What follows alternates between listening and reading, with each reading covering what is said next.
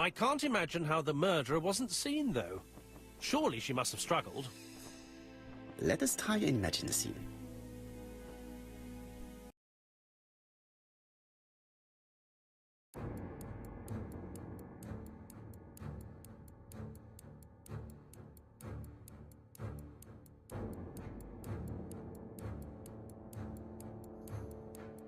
The killer and the victim are walking on the beach. Miss Betty has a bag, a belt around her waist, and carries her shoes in her hand. Both of them walk slowly to hut number 5.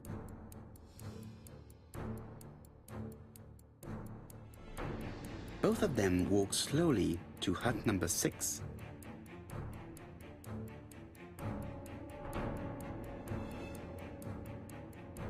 Miss Betty enters the hut. She leaves without her belongings. Then she hides a code.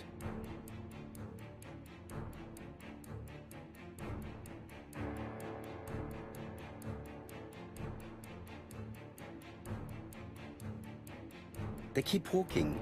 Then she removes her belt. The murderer moves behind her and then attacks her by surprise. The body falls, lifeless, on the sand. Everything appears to match the crime scene, mon cher Hastings. That is exactly what happened.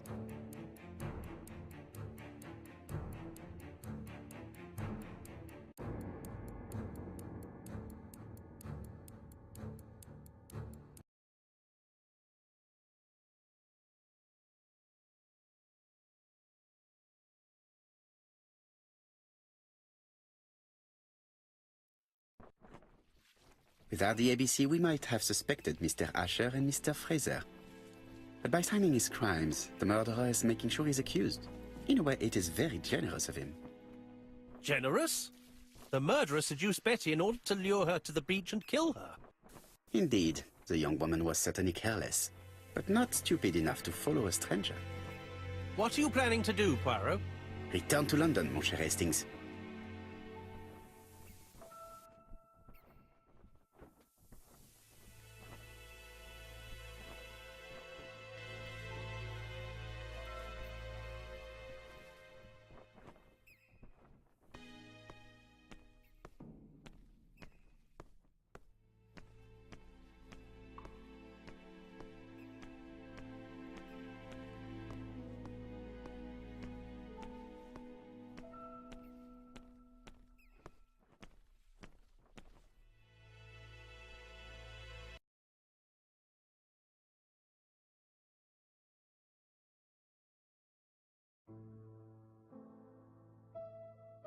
Japp has decided to reveal details to the press. The alphabet murder is now famous. It is not a bad idea. The more people who know, the greater our chances of finding out something of interest. Poirot, I have a bad feeling.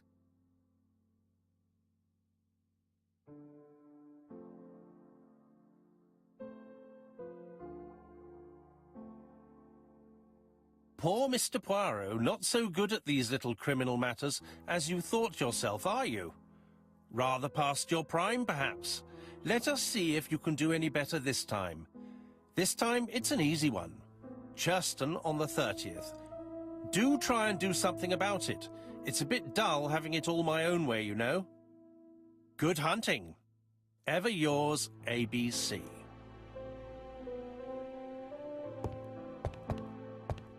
Good hunting. Did you hear that, Poirot? The murderer seems to be taking it all as a game, a challenge. He will strike on 30th in Churston. We must warn Scotland Yard. No time to lose. We must prepare our suitcases for Churston. Mon Dieu, it is already 10 o'clock. I will call Scotland Yard immediately.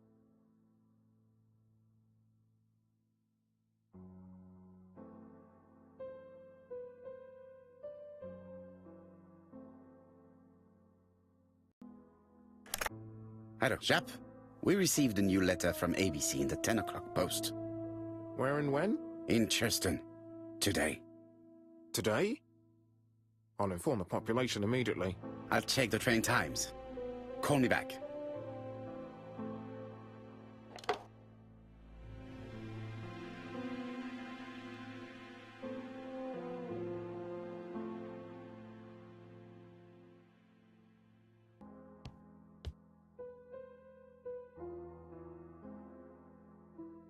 Hastings, what you are doing is an absolute disaster. That is no way to pack suitcases. Heavens, we must hurry! We have to get to Churston before the murder! Okay, okay. I'll let you pack them. All the same, it really is a disgrace to leave your belongings in such a mess.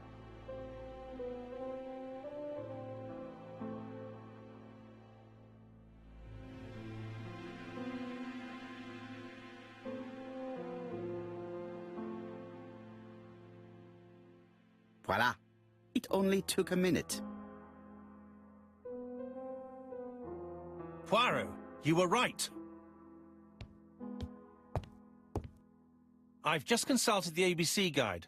There's no hurry. The next train doesn't leave till 11:45. You see, there is no need to hurry. We will not be in Churston until tomorrow morning, after the murder. But why has the murderer warned us so late? It's not what he usually does. Did he do it on purpose? Very good question, Hastings.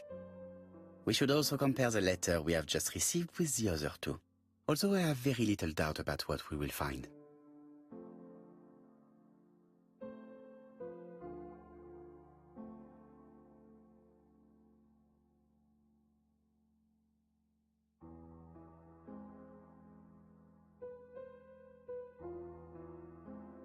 We've missed the 6:45 train, but we have plenty of time to catch the night train.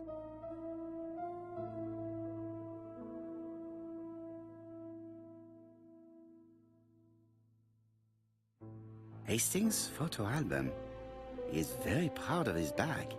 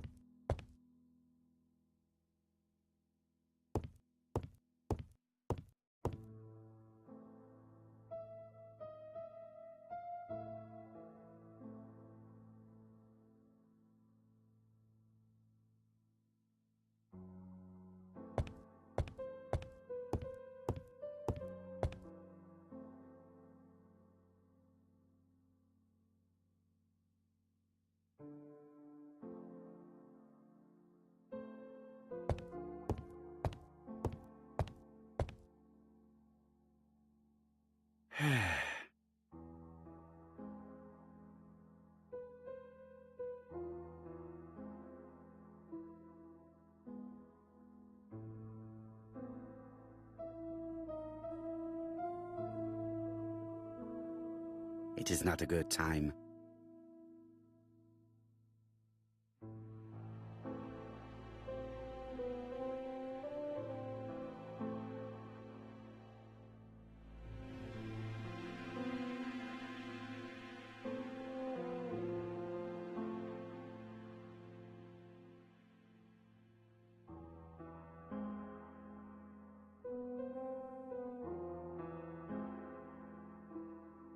Daily Flicker, July 30, 1935.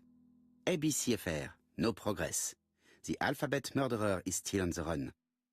Ever since the police found the connection between the Bexhill and Andover affairs, the inquiry has barely progressed. In this issue, we are publishing provocative letters sent by the killer to Hercule Poirot. Unfortunately, they have not yet helped to find him.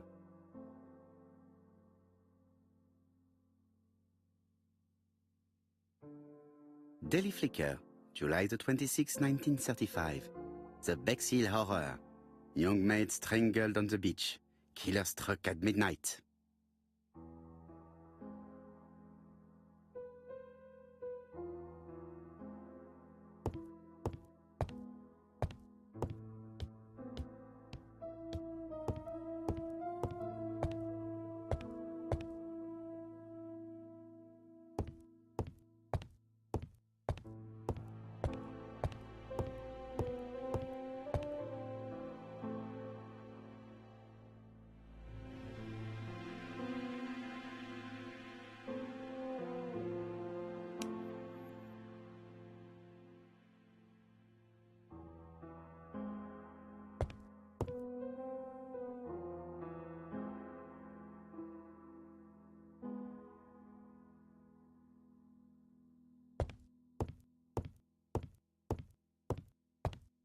Hastings, it would appear that you are getting slightly thin on top.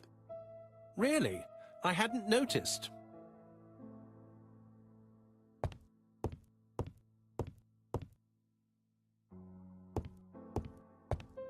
In his haste, Hastings tore the envelope.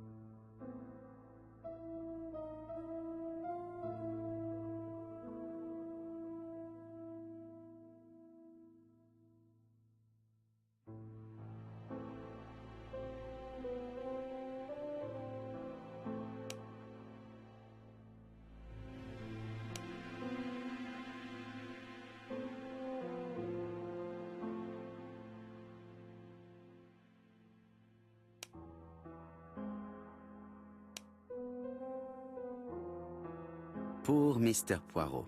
Not so good at these little criminal matters as you thought yourself, are you? Rather past your prime, perhaps? Let us see if you can do any better this time.